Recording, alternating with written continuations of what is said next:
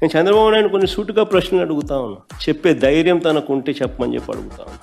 నకిలీ లిక్కర్ ఫ్యాక్టరీలు బయటపడ్డ తర్వాత మీరు ఎన్ని షాపుల్లో తనిఖీలు చేశారు?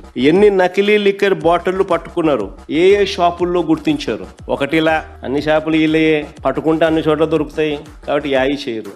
ఇదే జనార్దన్ రావు విదేశాల నుంచి వస్తా ఉన్నప్పుడు వస్తున్నాడని చెప్పి మీకు తెలిసినాడు, మీ పేపర్లో మీరే రాసినారు 2 రోజులు ఆయన వస్తున్నాడని. మరి ఆయన ఎందుకు అరెస్ట్ చేయలేదు? ముందే అక్కడికి పోయి ఎందుకు అరెస్ట్ చేయలేదు? మామూలుగా మా వాళ్ళు ఎవడు పోయినా కానీ ఎయిర్పోర్ట్లలో లుకౌట్ నోటీసులు పెడుతున్నారు, ఈయనకు మాత్రం పెట్టరు.